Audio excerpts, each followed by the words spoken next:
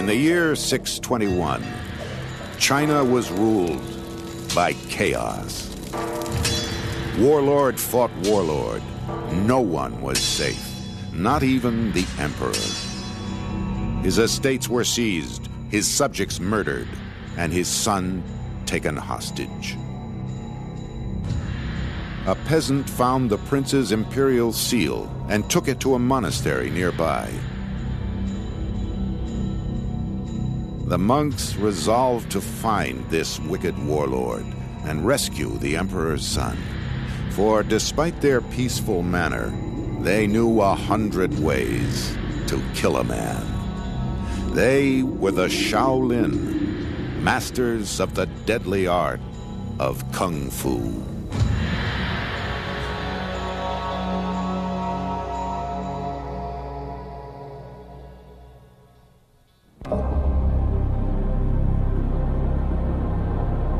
At the foot of the Songshan Mountains in central China lies a holy temple where monks learn to kill. In the 7th century, the Shaolin Monastery became known for the hardest training of mind and body ever devised. A monk practiced every day, without fail, in rain or heat or snow. At day's end, he would be bruised and bleeding. In time, his fists became as hard as iron. His body could bear the blows of a staff without flinching. He could kill a man with the palm of his hand. This monastery housed a paradox: pacifists who had mastered Kung Fu.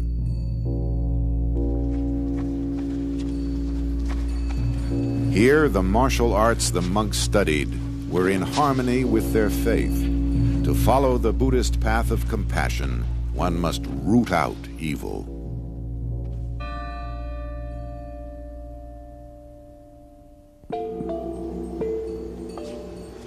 Many families sent their sons to the Buddhist monastery to become learned monks and masters of Kung Fu.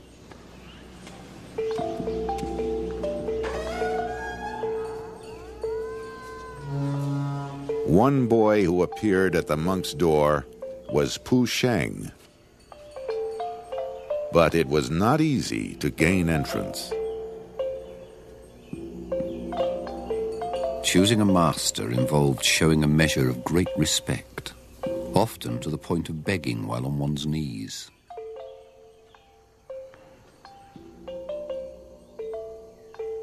If a candidate showed promise, he would be allowed to stay for a time. The masters agreed that Pu Sheng possessed the proper spirit for a warrior monk.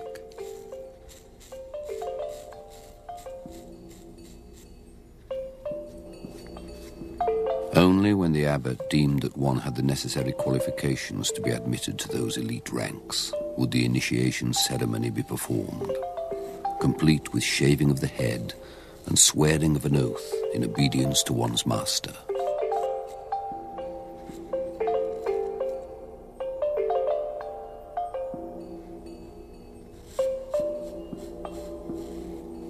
The Shaolin Monastery was built in 495 AD beneath the Songshan Mountains in what would become Henan Province.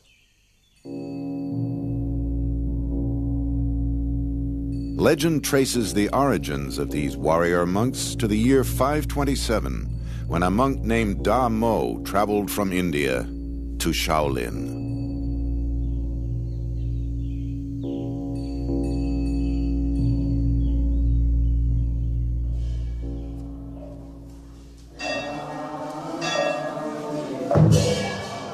Da Mo's teaching was revolutionary. Rejecting the Buddhist scriptures as the way to enlightenment, he advocated discipline and dedication through meditation. Thus could one see with a clear heart one's true nature. His approach became known as Zen. A special tradition outside the scriptures, not to depend on books or letters. to point directly to the heart of man, to see one's own true nature, and become Buddha.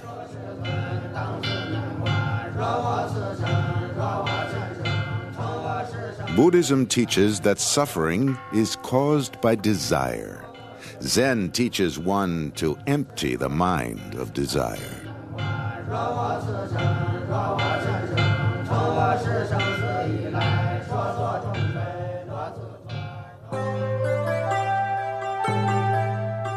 In his quest for enlightenment, Damo went to live in a cave in the mountains above the monastery. For 9 years, he dwelt there in solitary meditation.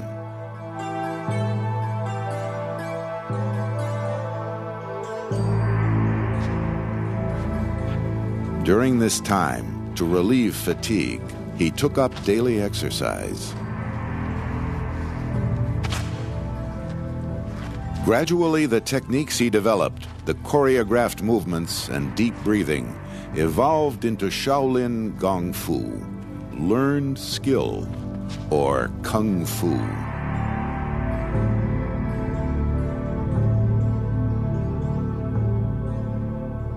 Following his example, all the monks of Shaolin soon undertook ritual exercise. Centuries of training would leave their mark.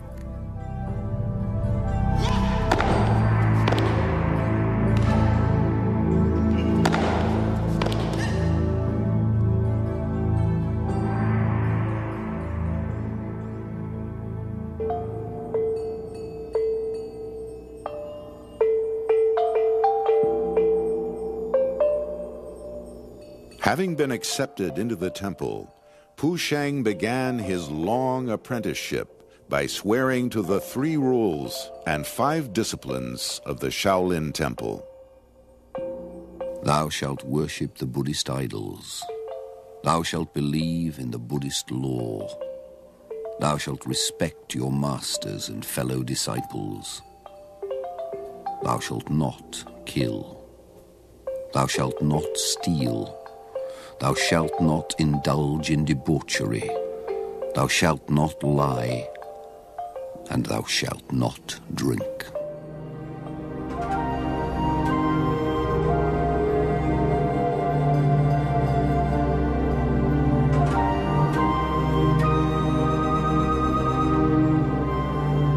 In a brutal land, a peacekeeper must be pure of heart. The Shaolin monk could use violence only to purge evil. To take up arms otherwise was forbidden.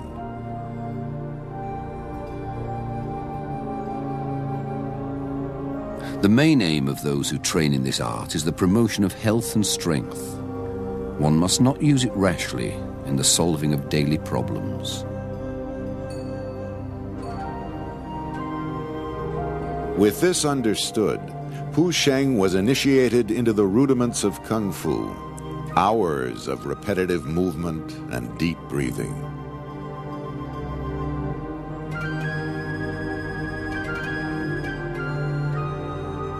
Part of Pu Sheng's schooling was learning the history of Shaolin. To master Kung Fu would require unrelenting concentration of mind and body. A lesson reinforced by his master with stories from the past. Many years ago, there was a young apprentice called Tai Gui. When he arrived, instead of teaching him the staff or bare-handed fighting, his master made him fill an enormous cauldron with water and told him that every day he was to roll up his sleeves and slap the water with his palms. To begin with, Tai Gui was very unhappy with his task, thinking that he had gone to the monastery to learn the martial arts, not to slap water. Every day, Tai Gui would fill the cauldron and then slap the water in it until it was empty. And then he would fill it again and slap some more. This went on for 2 whole years. After this time, he was permitted to visit his family. Everyone gathered and made great demands on Tai Gui to demonstrate his skills in Shaolin Kung Fu. With his relatives and neighbors nagging him, Tai Gui could take it no longer. Suddenly, getting to his feet, he said, "I really have learned nothing," and angrily smashed down on the table with his open hand.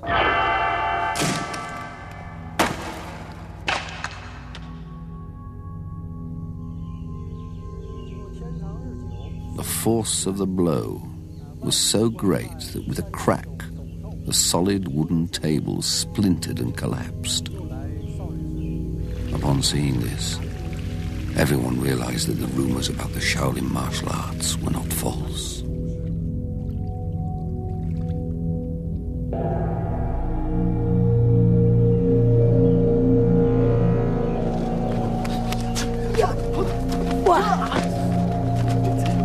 Sparring with the other young monks, Pu Sheng learned a bare-fisted style of boxing that combined defensive blocks with deadly strikes.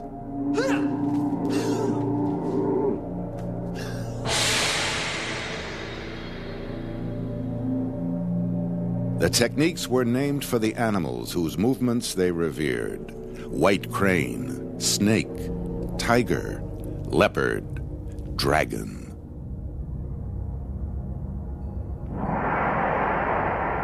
Hidden in the inaccessible mountains, or coiled in the unfathomable depths of the sea, the great serpent awaits the time when he slowly rouses himself for activity. He unfolds himself in the storm clouds and washes his mane in the blackness of seething whirlpools.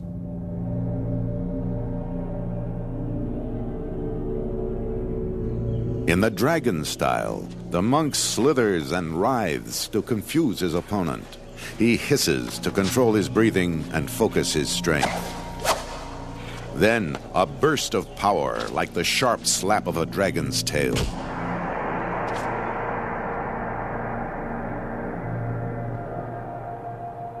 In the white crane style, the monk is always moving, ceaselessly attacking, imitating the birds pecking, clawing and flapping. He aims his blows where his opponent is weakest: the eyes, the neck, the armpits, the groin. With a grip of his fingers, he can disable his foe.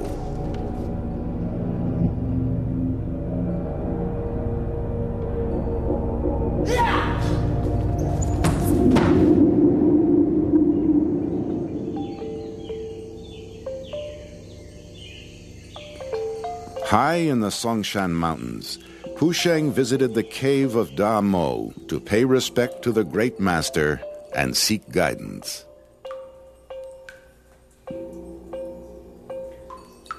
Sleep with the body bent like a bow. Walk swiftly like the wind. Sit like a bell. Stand firm like a pine.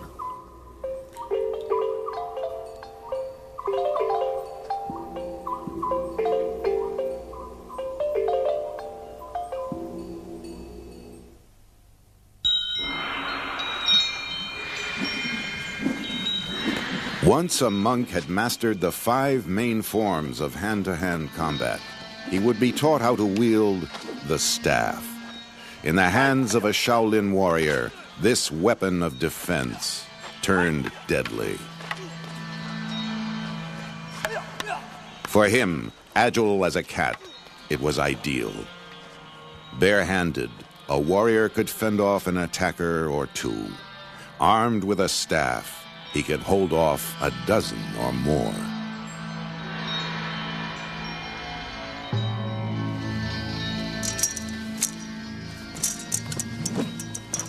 Brandishing the staff, a monk moved like yet another animal, the monkey.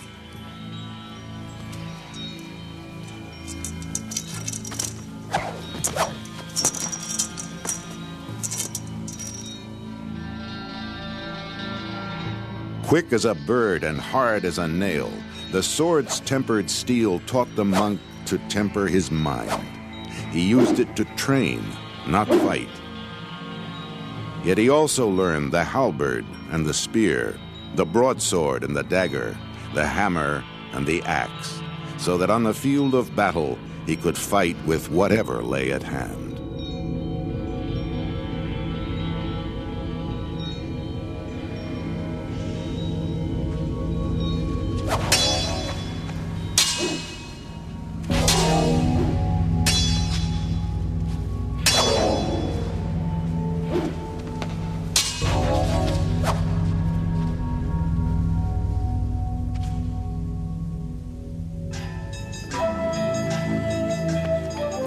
In the year 621, the time had come for Pu Sheng to put his skill to the test. A cruel warlord had kidnapped the emperor's son, Li Shiming.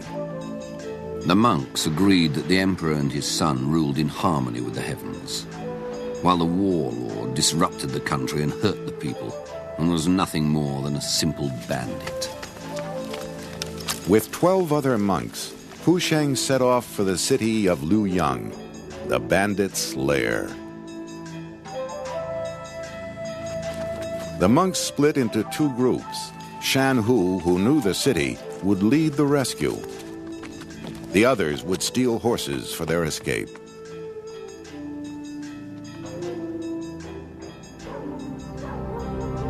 Inside the city, their path was blocked.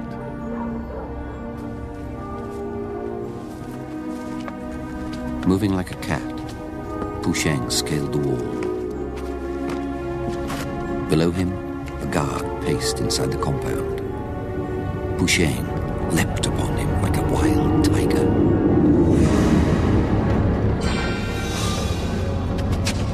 Outnumbered, knowing they would fight to the death if caught, the other monks followed. Tell us where they keep the prisoner, but guard what you say. One lie, and I will twist the head from your shoulders. They found Li Shiming's cell. He was unconscious, but alive.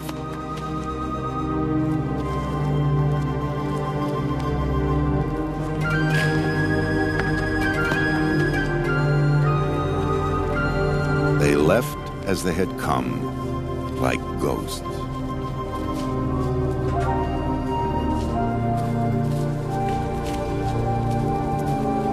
The other monks had broken into the stables and stolen horses.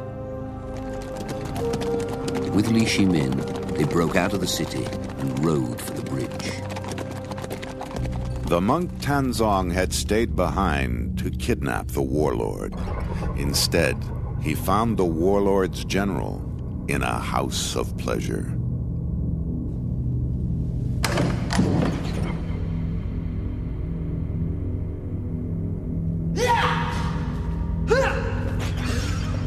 Roused from sleep, he struck at Tanzong, but sliced through only shadows.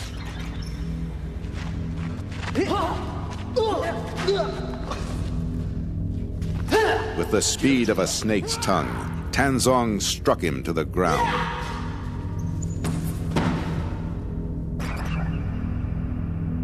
With his prisoner, Tanzong joined the others, and they galloped off toward Shaolin. They had not gone far when soldiers could be heard giving chase. Their fast horses were gaining steadily. Just as they were approaching the monks, a group of the emperor's cavalry arrived. Eager for vengeance, the emperor's horsemen raced past the monks and charged the warlord's men. The few who survived turned and fled. When Li Shiming ascended to the throne, he showed his gratitude to the Shaolin monks by inviting them to demonstrate their art.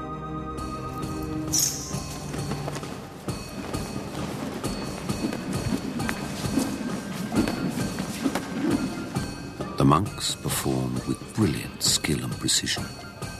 The crowd was standing, riveted to the spot in silent fascination. And the only sound was the hiss and clink of the monks' weapons.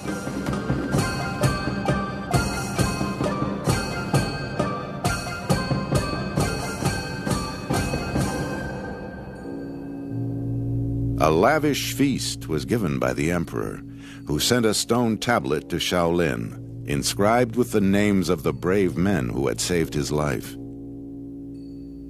He rewarded the Shaolin temple with an estate and supplies of grain, and permitted its masters to train 500 warrior monks.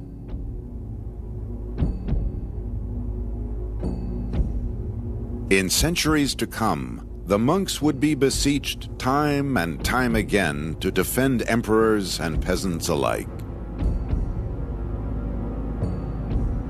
In 1553, 40 monks armed with staffs routed a band of Japanese pirates.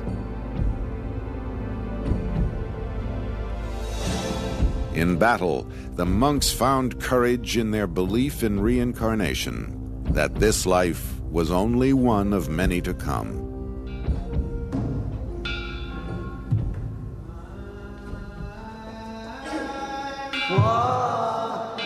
After each campaign, the monks returned to their simple life within the Shaolin temple, true to the humble lessons of Buddha.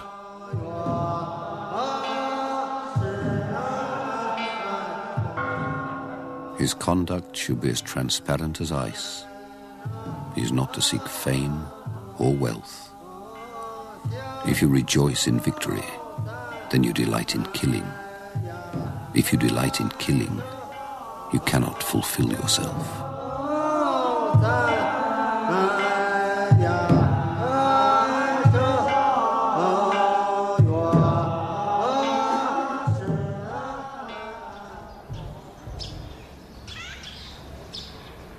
After many years of study and training, a monk would set out to wander in the land, as the great master Da Mo had done. Each traveled with only a few possessions: his robes, his razor, and a wooden bowl.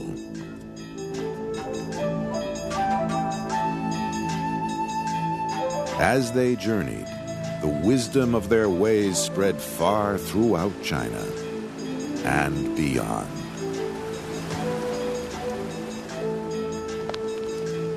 Let him be trained in mind and body by walking over the mountains and fording the rivers. Let him befriend men wise in the law of Buddha.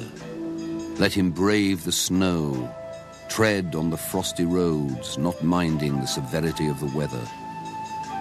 Let him cross the waves and penetrate the clouds, chasing away dragons and evil spirits.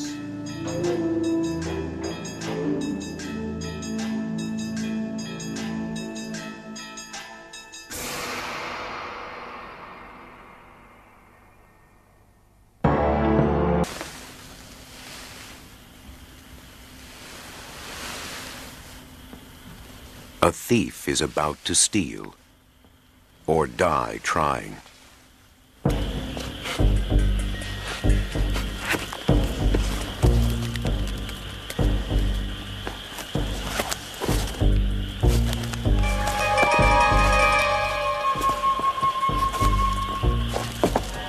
Outside the victim's window, a gentle rain shower begins to fall.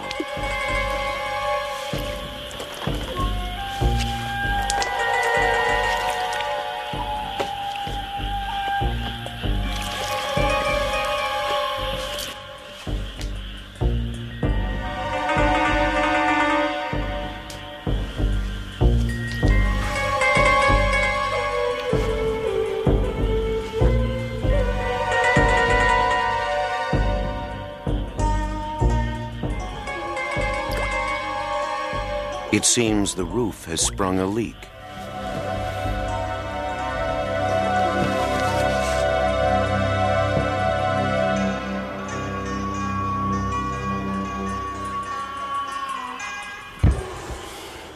False alarm, but the sword is gone.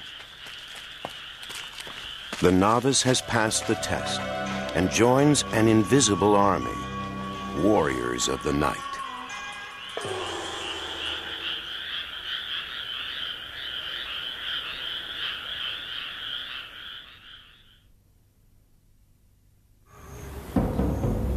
Central Japan. The year is 1562.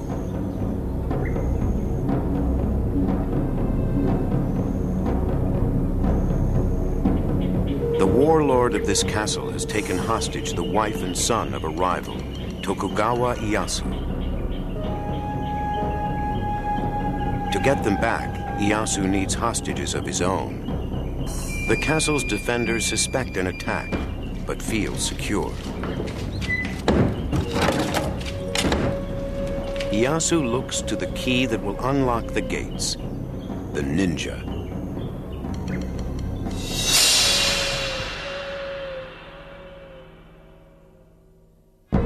In Ieyasu's day, hundreds of warlords and thousands of samurai fight for power in Japan.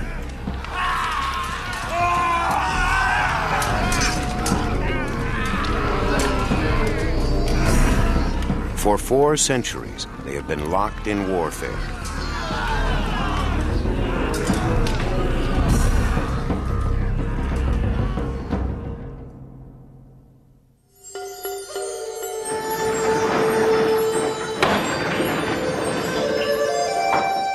Far from the din of battle, the most powerful warlords live in luxury.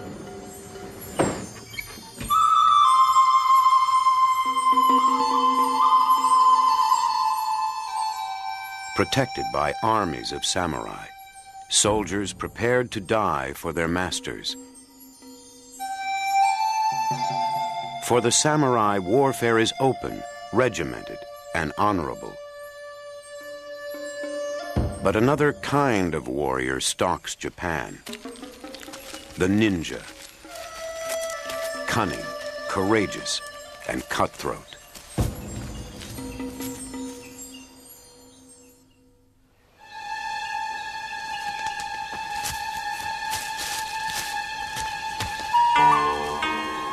A coded message has been left in the forest. A warlord called Ieyasu is willing to pay for the skills of a ninja.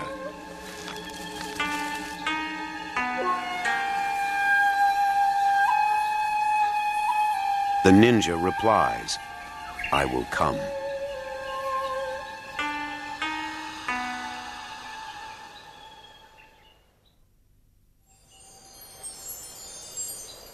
Ninjutsu, the art of the ninja, has thrived in Japan for centuries.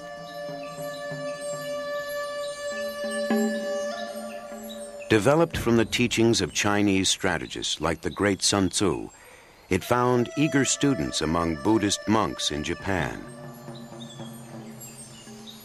To protect their temples, legend has it that the gentle monks taught others to do their fighting. Simple peasants became their protectors. Soon the protectors became warriors for hire.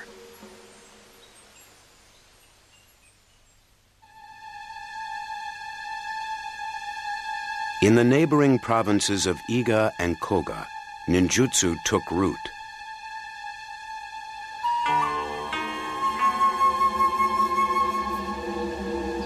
Mountain peaks and valley walls hid farmers by day, ninja by night. In these hills and forests, in small bands or alone, the ninja thrived.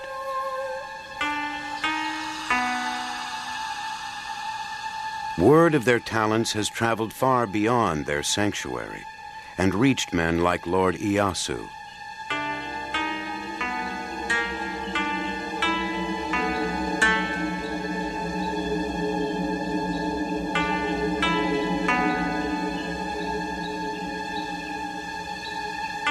The ninja he has summoned are about to be put to the test.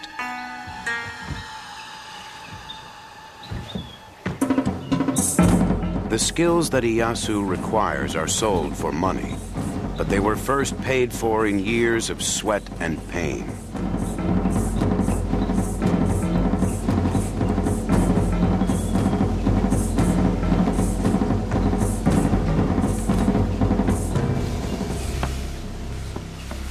From a skilled master, a son or daughter learns the secrets of the ninja.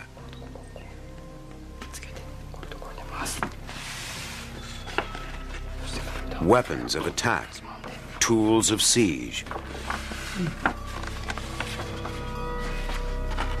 These secrets are a rich brew, eagerly drunk drop by drop.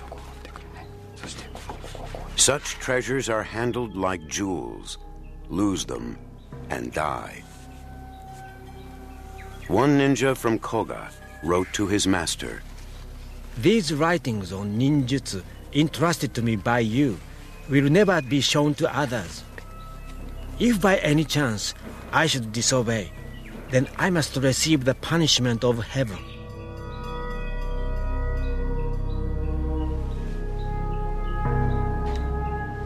Lessons are grueling.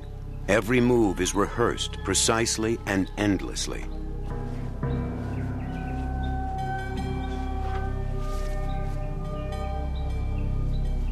All performed as silently as possible.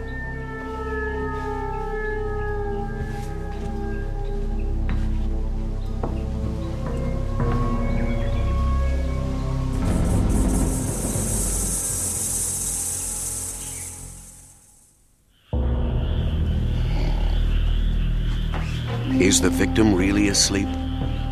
Or only pretending, luring the ninja into a trap?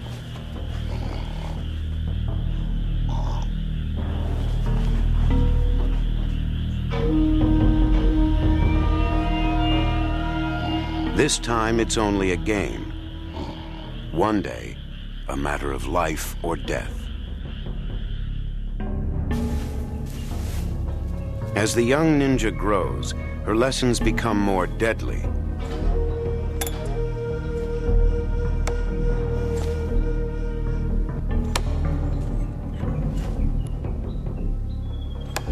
The shaken, the throwing star, tiny but deadly.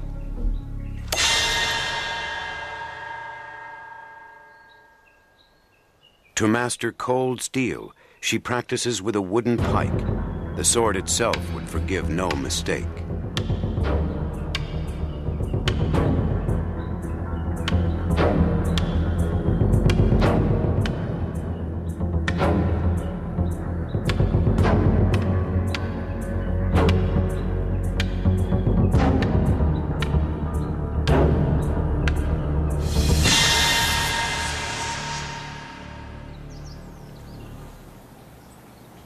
Nature herself becomes an accomplice. Which creatures cause panic when flung at an enemy? How a box of crickets can camouflage sounds? Which plants to use to treat a wound?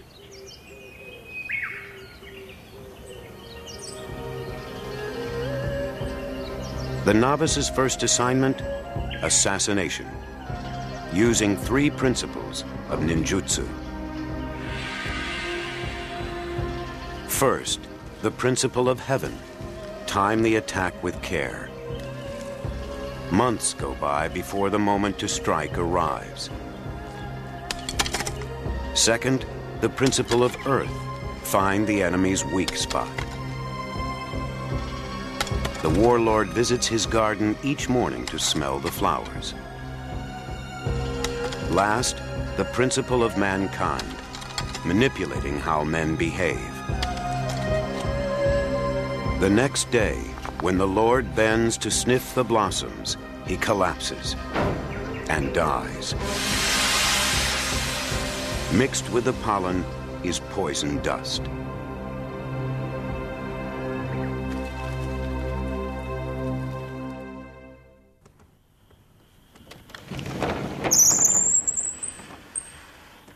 Lord Iyasu's call for help is answered by the ninja. Somewhere a warlord holds Iyasu's wife and son captive. To get them back, Iyasu will seize the warlord's sons. The enemy's castle is too strong to attack. The ninja must slip inside and slip out, undetected. If caught, a ninja must safeguard his secrets by taking his own life.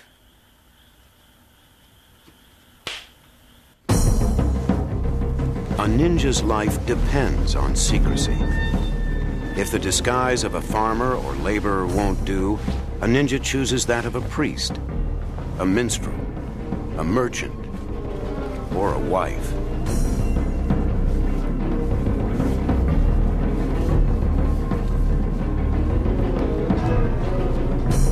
The ninja dresses in brown or black and blends into the darkness. Beneath, she may wear a layer of light armor. The cloth that hides her face has a more vital use. Impregnated with antiseptic, it can become a bandage.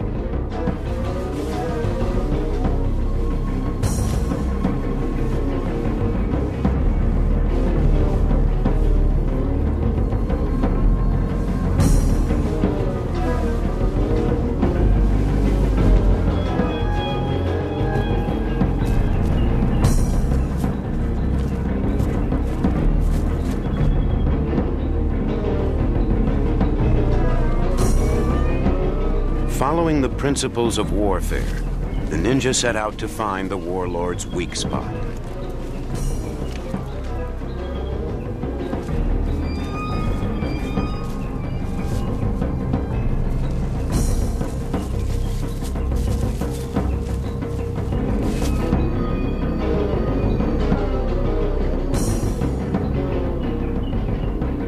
His walls are scaled.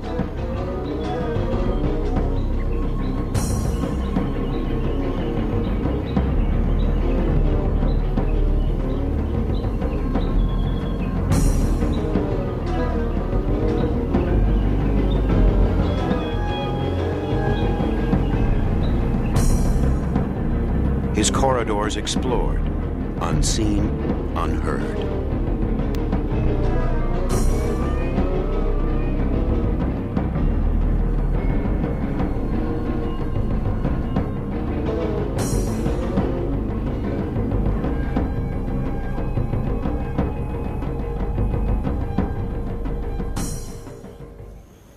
His intruders leave as quietly as they came. They have gotten what they came for, and lay their plan.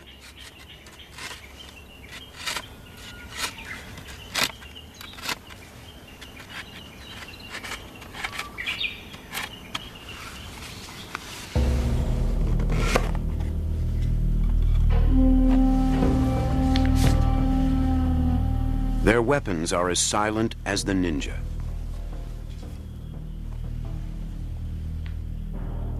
The sword is the strongest of its day.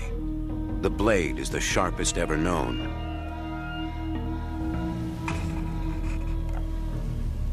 Oiled and polished till it glistens, it is a testament to the skill of two craftsmen, the swordsmith and the assassin.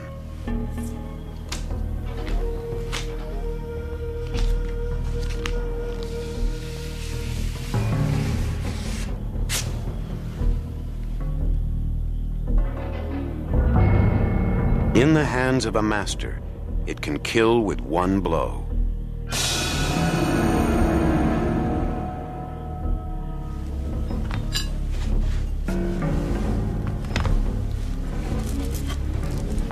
Other tools of their trade are pulled from hiding.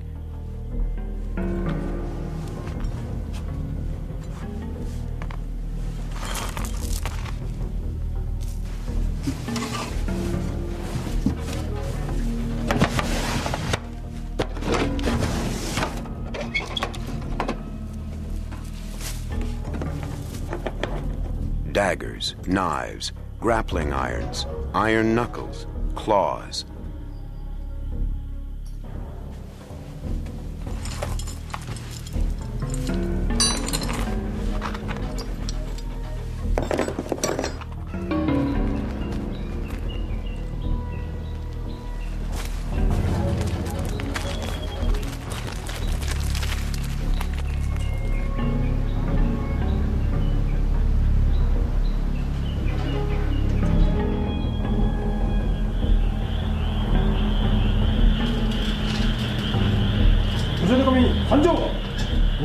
The guards are wary yet unaware, as the ninja once more cross the moat.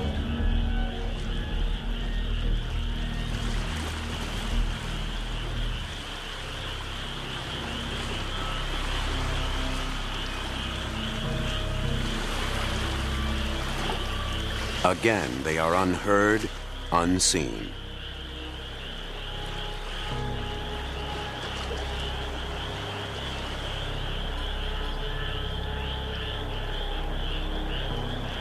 No one speaks.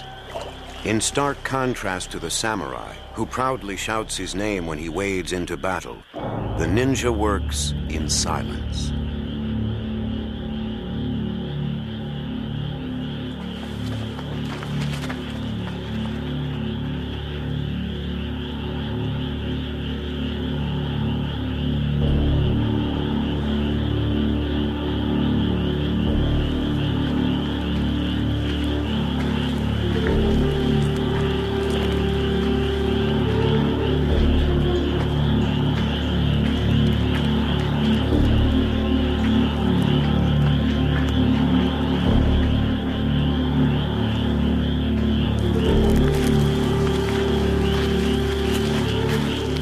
They breach the inner courtyard, still undetected.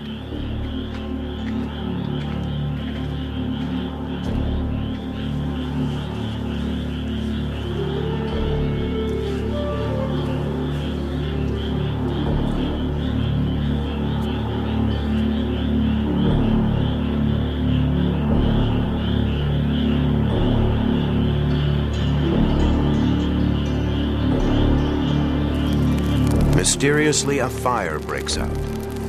The garrison is alarmed and distracted.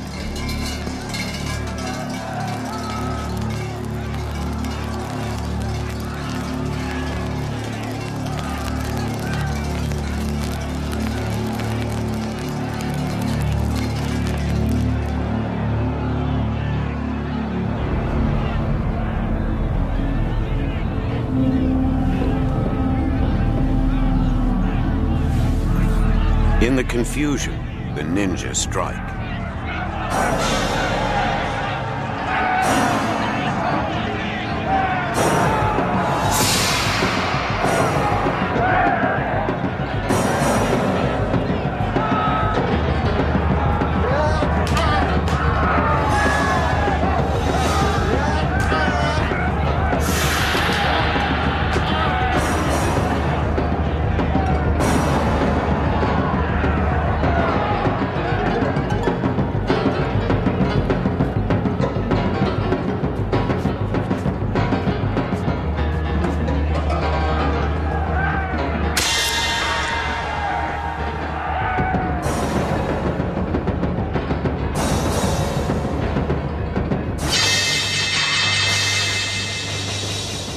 They stun their victims with poisoned powder and spirit them away.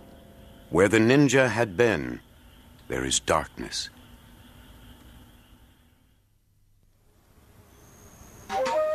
By dawn, the castle is ablaze.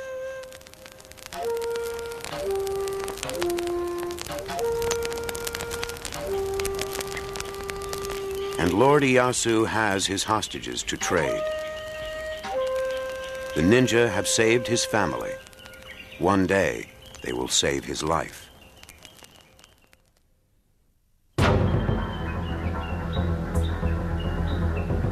Late in the 16th century, Japan is still racked by civil war.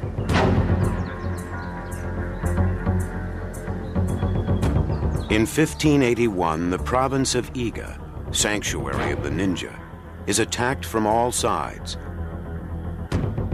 The land is devastated, the people slaughtered, including many of the ninja. The survivors escape to join their old employer, Ieyasu. Lord Ieyasu himself is overwhelmed and must flee, guarded by the ninja. They bundle him aboard a ship and hide him among the cargo. His pursuers search for him with their swords. One blade pierces his thigh, but he makes no sound. As it's withdrawn, he wipes it clean of his blood. The ship sails, and Ieyasu is free. Ieyasu rewards the ninja well by taking 300 into his service. A wise move. Those employed by him will not be used against him.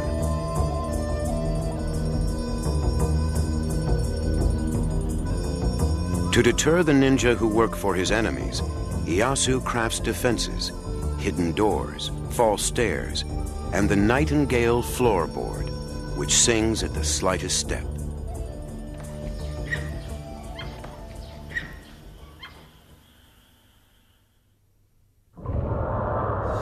The warriors of the night serve Ieyasu well. So well that within a decade, all of Japan comes under his rule. In 1590, he and his family formed the Tokugawa shogunate, or dictatorship, in Edo, a tiny town later called Tokyo. The nation of Japan is born. For 250 years, the Tokugawa reigned in relative peace. They no longer required the services of the ninja. Some founded schools of ninjutsu and taught the martial arts. Some became bodyguards. A few became bandits.